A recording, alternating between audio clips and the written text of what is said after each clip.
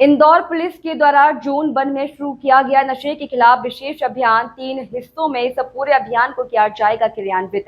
Additional CP ने शुरू किया अभियान। इंदौर में जहां एक तरफ नशे के खिलाफ पुलिस के द्वारा लगातार कार्रवाई की जा रही है, वहीं नशा बेचने वालों पर भी पुलिस के द्वारा कई सख्त कार्रवाई पिछले दिनों से की गई है। वहीं इसी कड़ी में इंदौर पुलिस ने एक कदम आगे बढ़ाते हुए एक नए अभियान की शुरुआत की है, जिसे कि पुलिस के द्वारा नया सवेरा एक नई शुरुआत अभियान नाम दिया गया है। आपको बता दें, इसके तहत 3 हिस्सों में पुलिस इस पूरे अभियान को क्रियान्वित किया जाएगा, जिसमें पहले हिस्से में पुलिस के द्वारा हेल्पलाइन नंबर जारी किया गया है, जिसके माध्यम से पुलिस युवाओं को नशे की लत से बचने के लिए काम करेगी। वहीं दूसरे हिस्से में पुलिस के द्वारा उन सब स्थान को चिन्हित किया जाएगा जहां पर नशे का सेवन अत्यधिक होता है। वहां पर पुलिस के द्वारा लाइटिंग और बैनर पोस्टर लगाने का काम किया जाएगा ताकि वहां नशाखोरी बंद की जा सके। इसके साथ इस अभियान के तीसरे हिस्से में पुलिस के द्वारा एनजीओ और रिहेब सेंटर के साथ मिलकर उन लोगों की मदद की जाएगी जो नशे की लत से खुद को दूर करना चाहते हैं।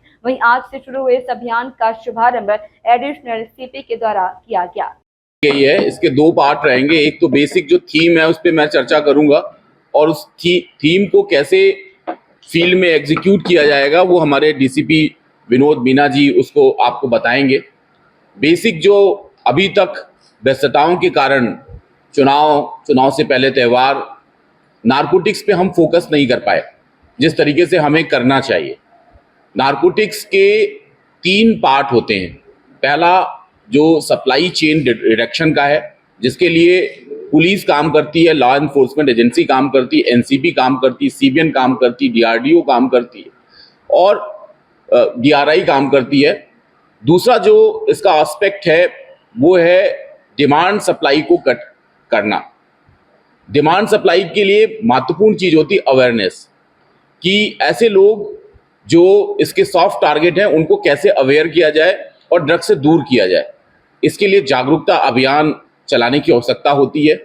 तीसरा, जो इसके विक्टिम होते हैं, कंज्यूम करते हैं ड्रग्स, उनको कैसे मुख्य धारा में पुनः लाया जाए। ये बेसिक काम होता है हेल्थ डिपार्टमेंट का, जिसे हम अपनी भाषा में कहते हैं कि हार्म रिडक्शन करना। जिस व्यक्ति ने ड्रग्स लिया है, उसने अपने शरीर को नुकसान पहुंचाया है, वो जो हार्म हुआ है उसके शरीर में, उसको कैसे रिडक्ट किया है। तो इसके लिए हमने rehabilitation centre, de addiction centre को भी चिन्हित किया है। डीसीपी जोन 1 ने अभी डीसीपी साहब पूरा बताएंगे। और चौथी महत्वपूर्ण चीज है कोऑर्डिनेशन। मीडिया का भी हमें कोऑर्डिनेशन चाहिए। हमें सोशल सेक्टर में काम करने वाले जो एनजीओ हैं, सोशल सर्विस में जुड़ी हुई और जो सोसाइटीज़ हैं, पुलिस के अलावा जो प्रशासन के अन्य अमले हैं, पुलिस के अलावा अन्य जो इन्फोर्समेंट एजेंसीज हैं, उनका संयुक्त समन्वित प्रयास, कोऑर्डिनेशन। तो इसके लिए डीसीपी जोन ने एक नया कार्यक्रम स्टार्ट किया जिसको वो स्वयं ब्रीफ करेंगे कि वो किस तरीके से जो ड्रग्स का बढ़ता प्रभाव है इंदौर में उसको हम कम करेंगे, और जो हमारे ड्रग एडिक्ट हैं वो मुलजिम नहीं है, वो विक्टिम है, कैसे हम उनको रिहैबिलिटेट सेंटर में ले जाएंगे, हम उन्हें डी एडिक्शन सेंटर्स पे ले जाएंगे। मैं अब विनोद को कहता हूं कि विनोद अपने कार्यक्रम के बारे में आपको शेयर करेंगे। जैसा कि एडिशनल कमिश्नर साहब ने बताया कि पुलिस ड्रग्स को लेके बहुत सेंसिटिव है और हम ये जानते हैं और इसको हम मानते भी हैं कि ड्रग्स एक बहुत ही बड़ी समस्या है, क्योंकि ये ना केवल जो हमारा डेमोग्राफिक डिविडेंड है देश का उसको आघात पहुंचाती है, कहीं ना कहीं ये सभी क्राइम की जड़ भी है। तो इसी संबंध में हमने एक नया प्रोग्राम की शुरुआत की है जिसका नाम हमने नया सवेरा एक नई शुरुआत रखी है। इसके तहत हमने काफ़ी एक हेल्पलाइन नंबर हमने जारी किया है। हेल्पलाइन नंबर हमने उन लोगों के लिए जारी किया है कि जो कोई भी व्यक्ति आमजन सोसाइटी के अंदर या अपनी बिल्डिंग के अंदर ये देखता है और पाता है कि यहाँ पे फला व्यक्ति ड्रग्स सप्लाई कर रहा है या ड्रग्स बेचता है या उसकी ऐसी शोहरत है, तो हमको तत्काल इस नंबर पे सूचित कर सकता है। उसकी हम गोपनीयता बना के रखेंगे, साथ ही साथ उसको हम पुरस्कृत भी करेंगे। तो इस संबंध में जो भी कार्रवाई प्रेषित होगी, वो कार्रवाई जो हमारे यहाँ पे डीसीपी ऑफिस में एक सेंट्रलाइज्ड टीम भी हमारे पास रहती है, तो उन जो शिकायतें आएंगी, जो ये नंबर हमारा 24/7 नंबर रहेगा, इस पे जो भी शिकायत आएगी वो हमारे यहाँ पे जो डीसीपी की टीम है वही इस पे कार्रवाई भी करेगी।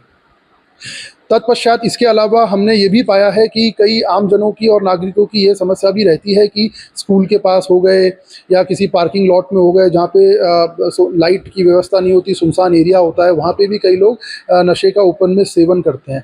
तो हमारे द्वारा इस पहल के माध्यम से ये भी रहेगा कि ऐसी सभी जगहों को हमारे द्वारा चिन्हित किया गया है, वह चिन्हित हमने अभी अपने लेवल पे किया है। साथ ही साथ हम नागरिकों से भी इसमें फीडबैक ले रहे हैं कि उनके संज्ञान में भी अगर ऐसी कोई जगह है तो वहाँ पे हम संपूर्ण लाइटिंग की व्यवस्था करेंगे। साथ ही साथ वहाँ पे हम सीसीटीवी कैमरा भी लगाएंगे। इसके अतिरिक्त वहाँ पे हम से नो टू ड्रग्स टाइप के बैनर भी लगाएंगे, ताकि ऐसी जगहों का उपयोग ड्रग्स के सेवन करने में लोगों द्वारा ना किया जाए। इसके अलावा तीसरा जो हमारा इसमें पार्ट रहेगा वो ये रहेगा कि इसमें हमने कई रिहैब सेंटर से भी बात की है, कई एनजीओ से भी हमने लाइजनिंग की है। आने वाले समय में जो भी कॉलेजेस हैं, जो भी स्कूल्स हैं, वहाँ पे हमारे एसीपीज़ द्वारा और कई जगह मेरे द्वारा भी एनजीओ की मदद से नशे के विरुद्ध जो सेमिनार्स होती हैं, जो कॉन्फ्रेंस होती हैं, जो टेड टॉक्स होती हैं, वो भी हमारे द्वारा दी जाएगी।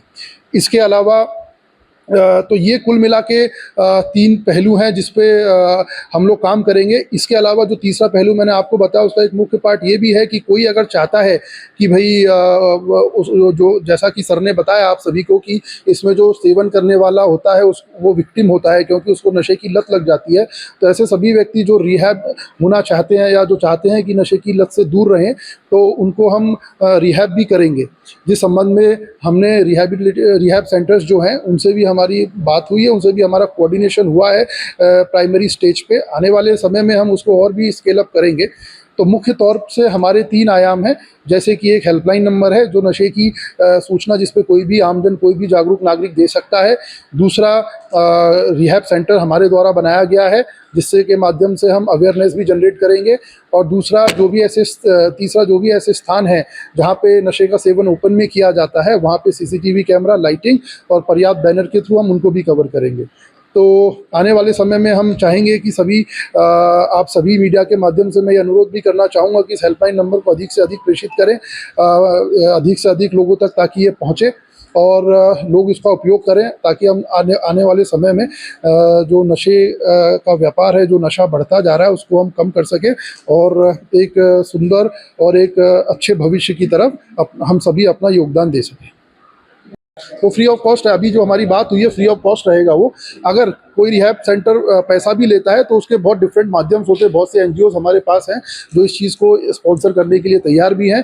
बहुत से डॉक्टर्स भी हैं जो इस विषय को बहुत गंभीरता से लेते हैं। तो अगर पैसे की भी कोई ज़रूरत पड़ेगी तो हमारे पास स्पॉन्सर भी काफ़ी आएंगे इस चीज़ के लिए। सप्लाई चेन को रोकने का क्या प्लान है? देखिए, सप्लाई चेन पे पुलिस निरंतर काम करती रहती है। जैसे कि हमने बताया कि अगर हम पिछले साल का डेटा उठा के देखें तो हमने काफ़ी एनडीपीएस के काम किए हैं और वो भविष्य में भी जारी रहेंगे। लेकिन जो सबसे बड़ी समस्या हमें इस पूरे उसमें आई, वो विक्टिम साइड से आई कि काफ़ी लोग विक्टिम्स होते हैं जो इससे बाहर आना चाहते हैं। और विक्टिम तबका ऐसा होता है जो बहुत ही बड़ी क्वांटिटी में होता है। सप्लायर मानो अगर 4-5 हैं तो उसके विक्टिम लाखों में है। तो सप्लाई चेन पे तो हम जो भी प्यूनिटिव कार्रवाई होती है वो हम लगातार करते जा रहे हैं और वो भविष्य में भी आगे वो कार्रवाई की जाएंगी। लेकिन ज़्यादा फोकस हमारा उसके अलावा विक्टिम साइड पे भी इस बार है। सर, क्या इसमें भी फोकस किया जाएगा कि कई थानों पे पुलिस वालों की सरपरस्ती में ही ड्रग्स का व्यापार भी चल रहा है? देखिए, ऐसी शिकायत हमारे पास आमतौर पर आती है, इसीलिए मैंने अपनी प्रेस कॉन्फ्रेंस में ये चीज़ बताई है कि हमारे द्वारा एक सेंट्रलाइज टीम का गठन किया गया है।